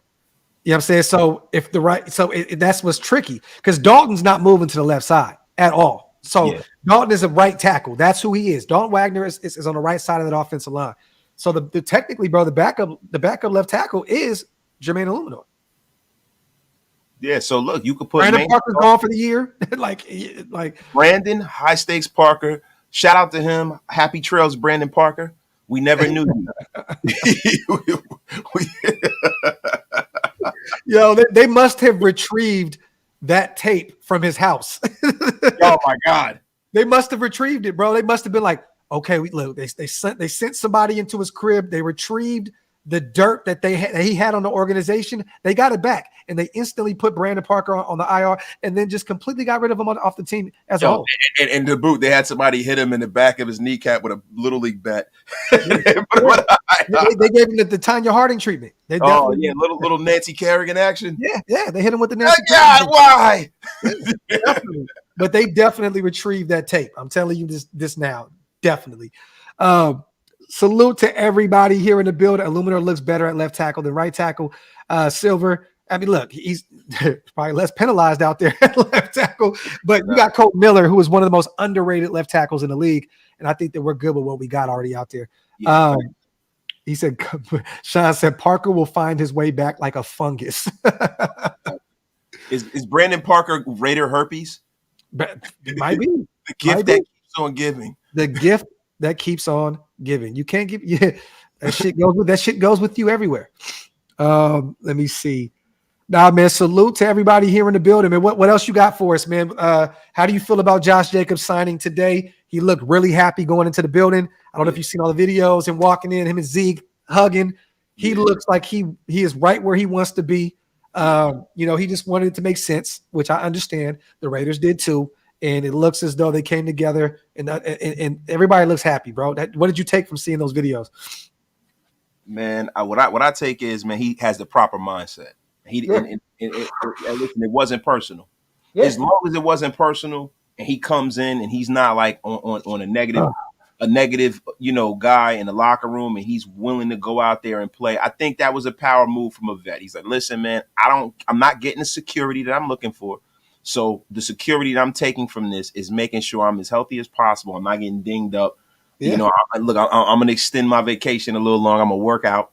Yeah. I just hope that when he comes in, he's ready to hit the ground running. Do you think 6 practices is enough? Do you think going into Denver, don't get me wrong, he's going to be running back one. But yeah, nose ring, y'all. No booger, nose ring. Yo, bro, it's definitely booger. Look, bro, I got the flu right now, bro. It is definitely a booger. Yo, it looked like he chewed up a wad of Big League Chew and it just came out. Booger, no nose ring, y'all. me personally, right? And people may hate to hear this, but I have Josh starting off kind of slow against, he usually owns Denver. Not saying he's not ready. He may be, but I'm just saying that I think they're going to work him in slowly in Denver and Buffalo. I think he hits the ground running week 3 against Pittsburgh. Like he gets his legs up under him. I think he's going to be ready to go. You know what I mean? So, he said, you stay sick, bro. I go to Vegas a lot. I'm in a lot of airplanes. 909. Yeah, a lot of airplanes. Y'all know when you in Vegas, when you're in that casino, they recycling that nasty loser hair. Yeah. Everybody. I'm in a lot of airplanes, so bear with me. Yo, did I tell you real quick? Did I tell you was it Emma or Big Mike when we were in the casino walking through, and the dude screamed out in horror? It was some dude. Was it us? It was one time when we were in Vegas, bro. We were walking through the casino. Somebody lost their life in that bitch. They were like, "Oh God!" It just fell to the ground. I was like, "Was it you, bro?" We were walking through the casino. Bro, I was like, yo, like I never seen a grown man fall to his knees and fall over like that. That man lost his house on one hit. He lost his house, something, bro. He gambled a child or something. Yo, and I'm like, man, this is what we're breathing in. That's the problem, yo. That loser air. That's loser air. Yeah. And I'm always, like I said, and I got to start taking my vitamins again and get my immune system built back up. But definitely whatever Stu brought that shit to Vegas. And wiped me and my wife out clean.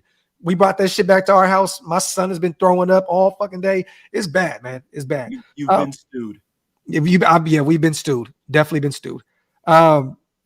Silver says Fotheringham got that number 3 tight end spot locked up. I mean, hey, Jesper had a pretty good game yesterday. You know what I mean? Three catches for 28 yards on 3 targets. I don't know. I mean, I know they like Jesper a lot. So I don't know. He said, "Still the flu." That's hilarious. I mean, Jesper Horsted looks like a stunt double for Thor. You know what I mean? So maybe that's what it is. You know what I mean? But I haven't seen any good shit. With that being said, you guys, we're coming up on an hour and a half, man. We still got over 700 people. Yeah, we still got over 700 people in the building, man. What else we gonna talk about? What we got going on? Man, I don't know, man. How about the bet? Okay, what's up with the bet? This is the bet. You was acting like a ho, so I thought you weren't. You said I'm acting. You said I'm acting. Yeah, he's stupid. What's up? What we doing? Look. All right, we doing it right. Mumford is starting at right tackle. Now I don't know what's going to happen to Jermaine, but I got Mumford winning that job. Okay, that's my bet. I got Mumford winning that job. Mumford has looked unflappable out there. Okay, and they drafted him. So you know what I got? Greg Van Roden and Jermaine Illumina on the right side. You got Mumford at right tackle and Jermaine at the right guard position, right? I can see Greg Van Roten has played so well. I can see them just. I don't know, because it's rough, man. Because I even wrote an article on Planet Raiders where I was saying like, "Yo, Loom is too good to sit on the bench. He's just too good, man." So yeah, I have Illuminor playing guard. That's okay. what. So what's the bet? I don't know, man. I'm not doing any crazy shit though. I'm not doing. We're not doing the whole. Yeah, don't mayonnaise and weird shit like that. Yeah. All right. So what is it? Friendly wager. Some grown man shit. Okay. All right. I bet you a hat, a Raider hat. You have 1 million of them, so that's not Tiff really. looked at me and said, "Wake." Oh, see, Tiff, y'all be your own people, Tiff. I thought, I thought we was fam, Tiff. That's bullshit. Wait, did I sick? I'm not in the right mind. Yeah. All right. What about one of us has to wear a custom shirt?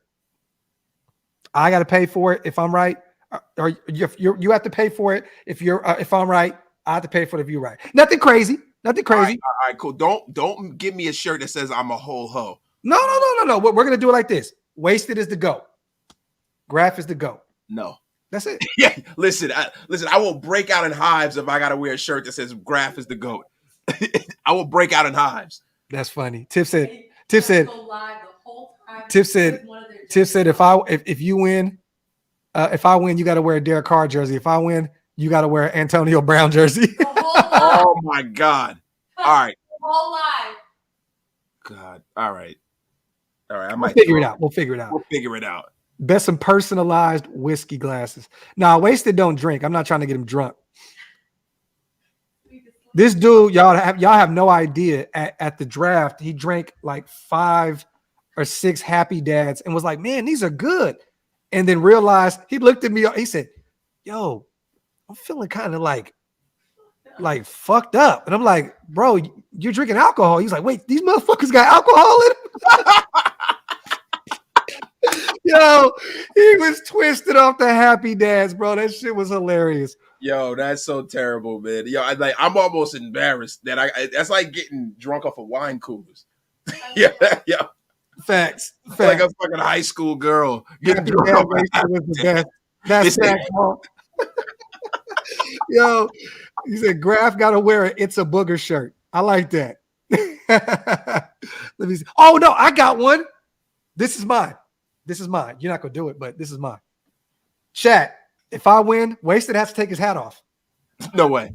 The LL Cool J of the LL Cool J of Reddit content. Bro, what's up? It's just a simple look. Do one of these. Just do one of these. No, look. Wasted, look. No, they will never see the calamity on the top of my head. Simple this. That's it, bro. Hey, man, you will never see the calamity on the top of my head, man. Let me tell you something, man. Listen, it looks like Doppler radar now. Texas tornado. Yo, it looks terrible right now. I'm not doing it. It's simple, bro. This is simple. A tip of the hat? It's a tip of the hat, man. Tip of the hat, man. That's it.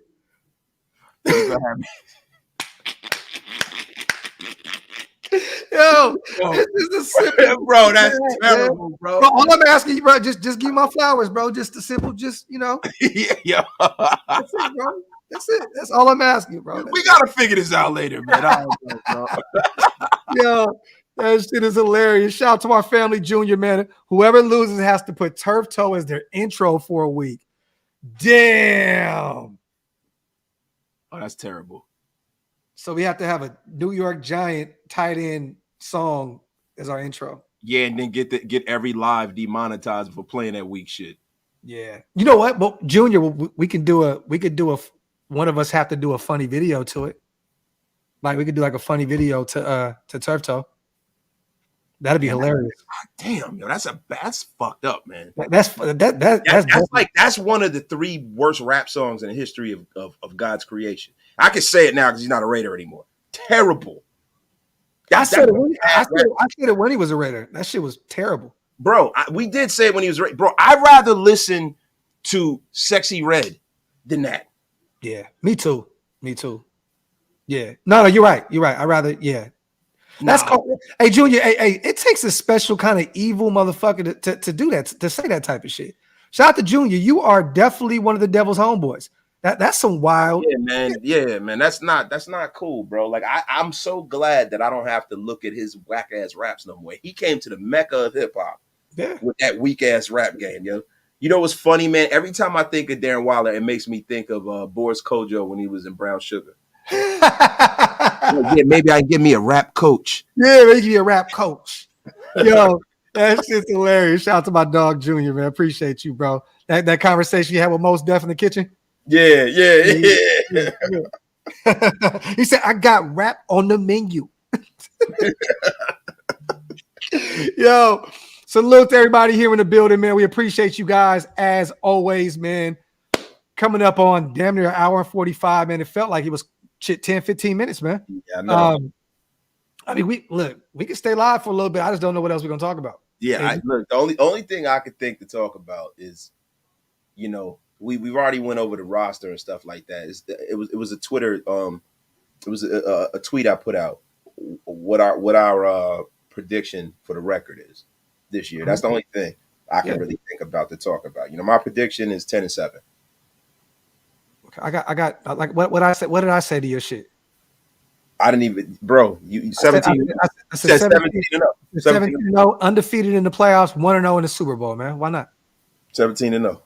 Look, the first team since the 72 Dolphins to make it happen. And the Dolphins didn't win it. No, the Dolphins won it. The Patriots didn't win it. The Dolphins, it was only 14, though. There wasn't that many games back then. It was no wild card round back then. What year was that? The 72 Dolphins, 1972. Oh, okay. No, you're right. So it wasn't that. That's why, like, some of those records from back in the day, like O.J. Simpson rushing for 2,000 yards was so amazing because it was only like 14 games, I think. Yeah. Damn, right? Different back then. Yeah, because I think they used to have a 5-game preseason. Yeah. They had a 5-game preseason and stuff. And then they didn't have another round. They had added the wild card when we were kids. That's when they added the wild card. They didn't have a wild card back then. Shout out to Black Steel, man. Fellas, give us your honest opinion of Patrick Graham. Look, I'm not going to give that yet. After this year, I'll have my real stance on who Patrick Graham is. Yeah. You know what I mean? Like, it's too hard for us to give, you know, what we feel about Patrick Graham because we haven't seen any live bullets yet. No, and not even that. He just last year he went with what we had. Like this year, he got a full draft class, got an opportunity to go get some of the guys he wanted. They got Byron Young to add, Jacorian Bennett, Chris Smith. They went and got Tyree Wilson. This defense is going to look different, but it's also littered with players that Graham thinks can fit what he does. You know what I'm saying? So at the end of the day, this is the year that I'm looking at Graham as a whole and saying, okay, this is who he is. So I don't want to, up to this point, Black still overrated. I'll say that. You know what I mean? But I want to see what he does this year in order for me to say, okay, this is exactly who he is.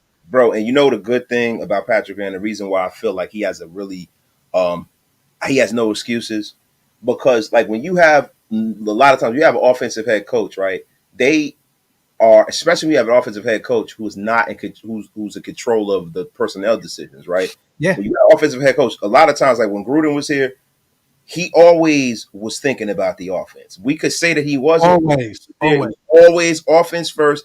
And the defense got the scraps. So with Patrick Graham, he had a seat at the table at the draft. Out of how many draft picks we have? 11. Yes. And the prior we had 5 or 6 the previous year, but we didn't really have a draft class. Like 11, right? So what do we take? 7 or 9? It was like 9. 9. It was 9 defensive draft picks.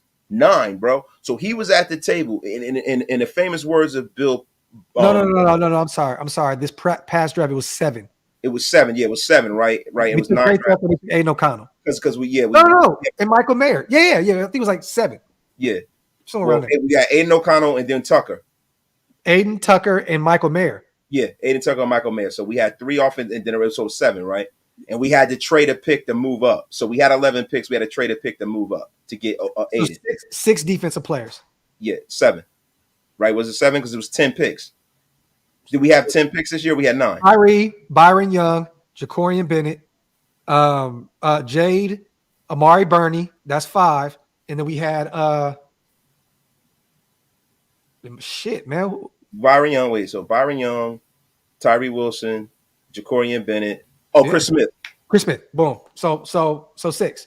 So 6. All right, cool. So it was 9 out of the 9. We had 9 picks. We used 1 to trade up to get Aiden O'Connell. So we had 11 1 to get Michael Mayer. That's what I was saying. So we had those 11 picks. So we used those for trade bait, right? So boom, right?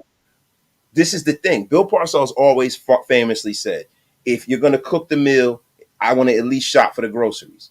Patrick Graham got a chance to shop for the groceries. Yeah. He really did. So I don't want to hear a damn thing from Patrick Graham this year. Like last year when he kind of in the middle of the season was like, well, we have guys that don't fit in it. You pick these guys. I don't want to hear it. And not even just that. He had the opportunity to go out and get Marcus Peters, a starter, Marcus Epps, a starter. You got some guys in free agency as well that Graham had his hands in. So this guy got he got plenty of talent that he got to hand pick. There's no more excuses. And this is another wasted word of the day, a former wasted word. He got a plethora of talent. Yeah. A plethora. There you have it. Shout out to Elite. And I'm not shocked about that, about Josh Jacobs saying McDaniels is one of the most. Everybody says that. That's why I'm so shocked sometimes about how people try and kill Josh McDaniels for what he does. Last year, he didn't get a chance to fully run his system. This year, he will. You know what I'm saying? Barring any, God forbid, any injuries. But I'm not shocked about that. Like, Josh knows the game from the offensive side of the ball. I'm not shocked about that. Yeah, man. God, look, man, you guys got to realize something, man. This team has been losing a long time, right? A long time. And you got a bunch of guys that have been watching this team and never really watched us win consistently. They don't come from the era that we come from, where the Raiders would chalk to at least go to the playoffs. Yeah. When we were kids, we no matter how bad, no matter who we had at the quarterback, we were at least going to go to the playoffs. We weren't going to go 4 or 5 years without going to the playoffs, right? Even in the Hostetler era and all of that, right? Dude, you got to realize something. These guys are very low vibrational in Raider Nation. They don't really know football. They just have a passion for the Raiders for whatever reason, and they don't understand the game. And you can't listen to that kind of noise out there. That's the reason why it's good to have a platform like we have. It's a lot of low vibrational shit happening in the nation. He said the other day, shout out to Dan, the other day, the word of the day was cantankerous. Yes, sir. It was definitely cantankerous because I was an angry old piece of trash the other day. SinCal, we're not the traditional guys that do podcasts, right? So like we're Raider fans. So we're fans first before anything. So if you can ask Tafer or you can ask Hondo or these guys, right? Are we going to make the playoffs? And they can give you more of a, we're Raider fans. So why not? Hell yeah. Like I'm a Raider fan. So hell yeah, we're going to make the playoffs until we don't. But let me ask you a question though. Why is that way too early? Like, only thing we can judge off of is what's going on in the AFC and what's going on in football. So let's look at the AFC right now, right? You have a division winner in the AFC East. Now, who's that going to be? Is that going to be the Jets? Is that going to be the Buffalo Bills? Is that going to be the Dolphins? Yeah. That is going to be like the Hunger Games. They're going to be fighting it out in that division. That's a rough division to win, right? Mm-hmm.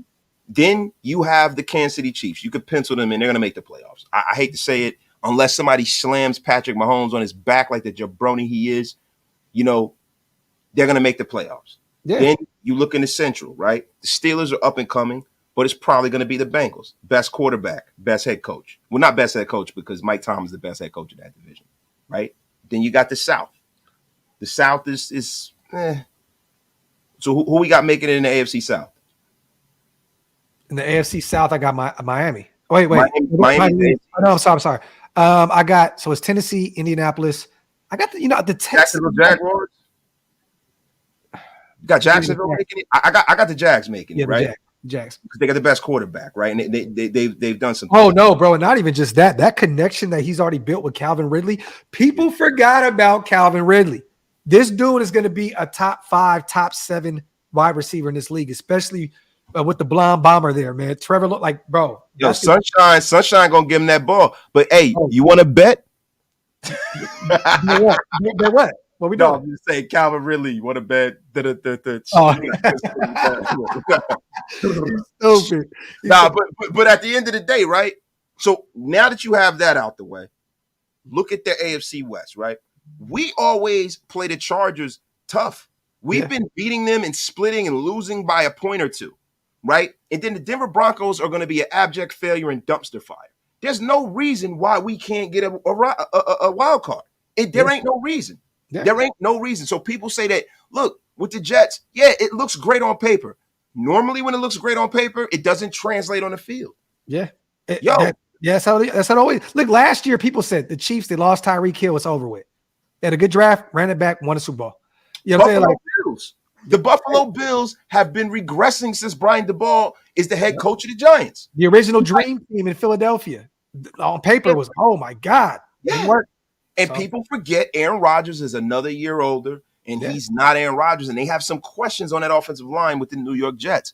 Yeah. We have a winning record versus the Chargers and the Broncos, as Elite Med Staffing just said. And to be real with you, we play the Chargers close as hell.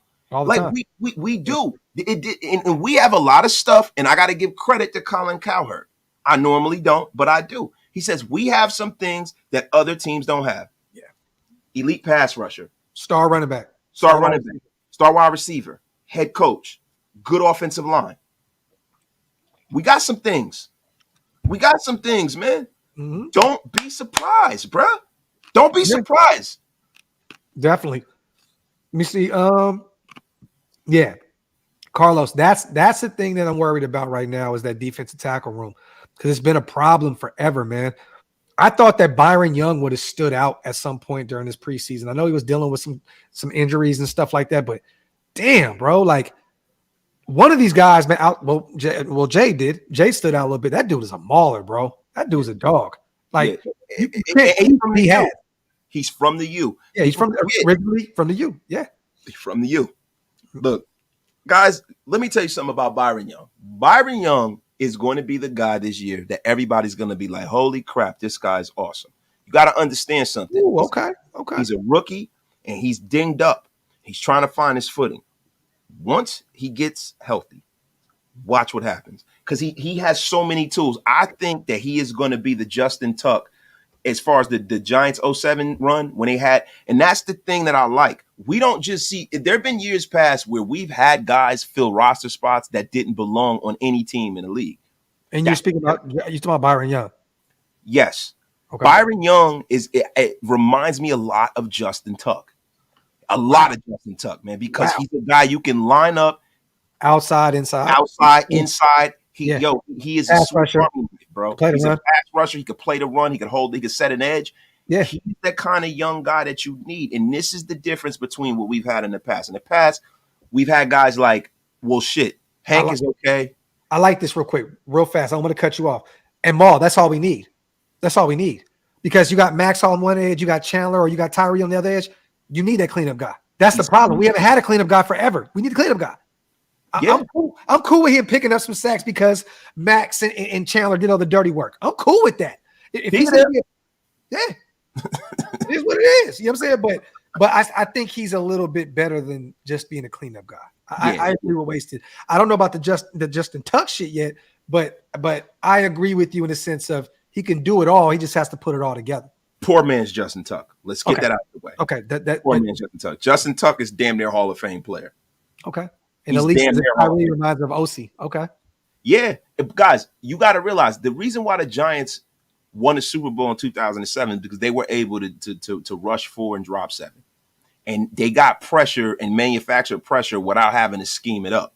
I think we have the guys to do that because when you have relentless pass rushers who can get after the quarterback, right? You got that guy that's that physical freak in Tyree. You have the 2 professors in Max Crosby, who's a superstar, a young superstar, and you got the older guy, the old vet who is up there in that sack list like Michael Strahan in Chandler Jones. So we have that, and then we have a myriad of guys who can just rotate in and out.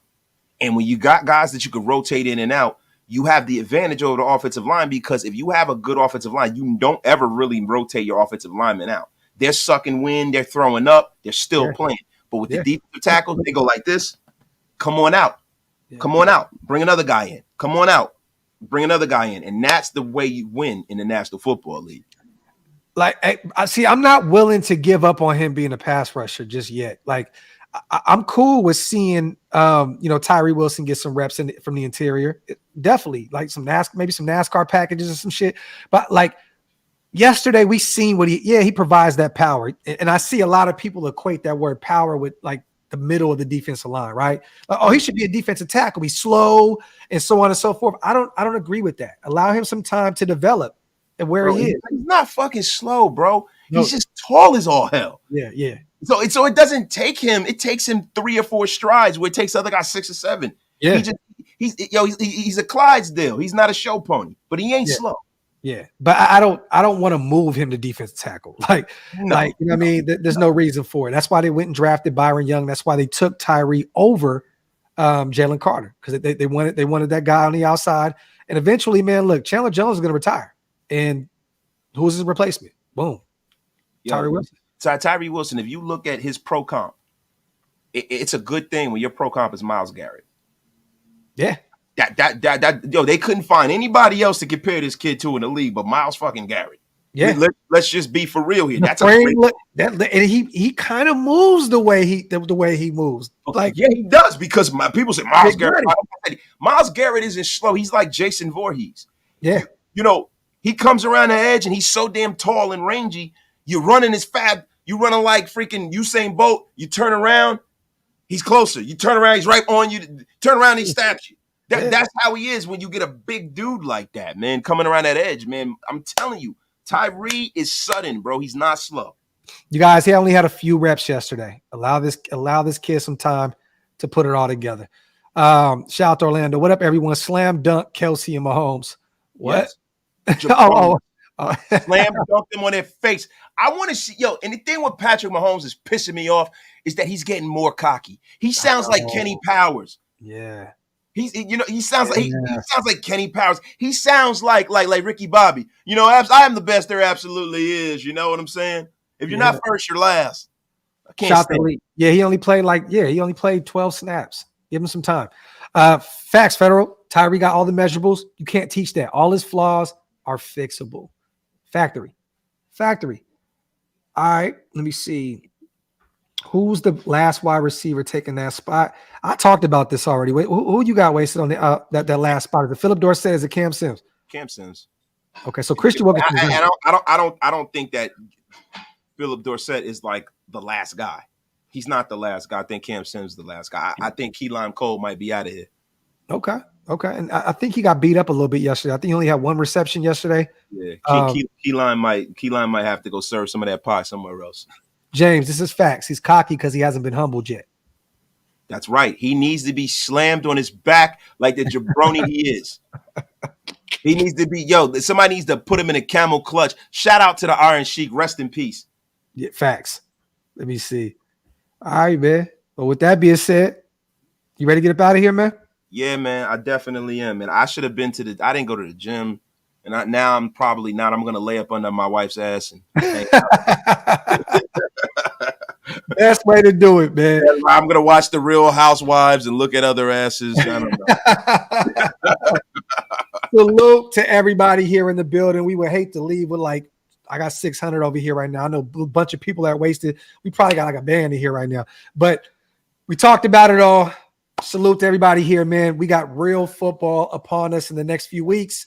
About 5 or 6 practices left, I believe. Josh is back.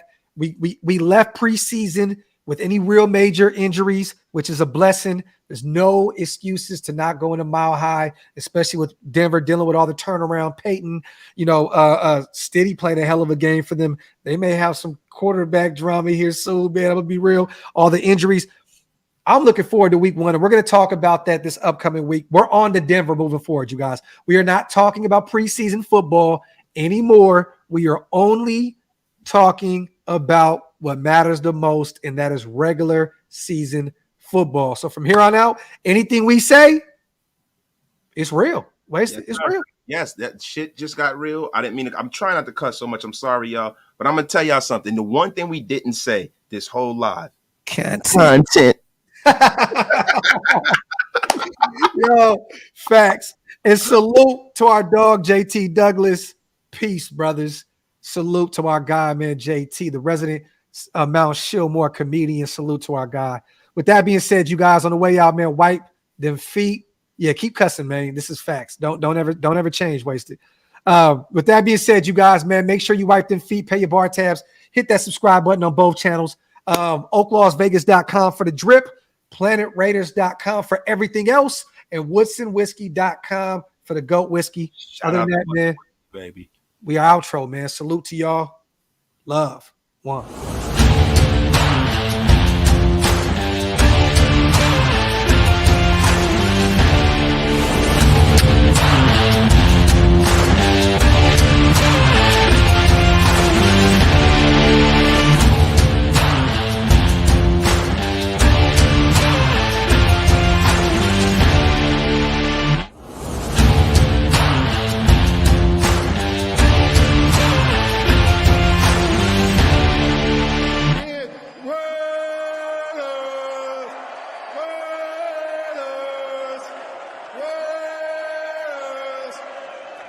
That's what I'm talking about.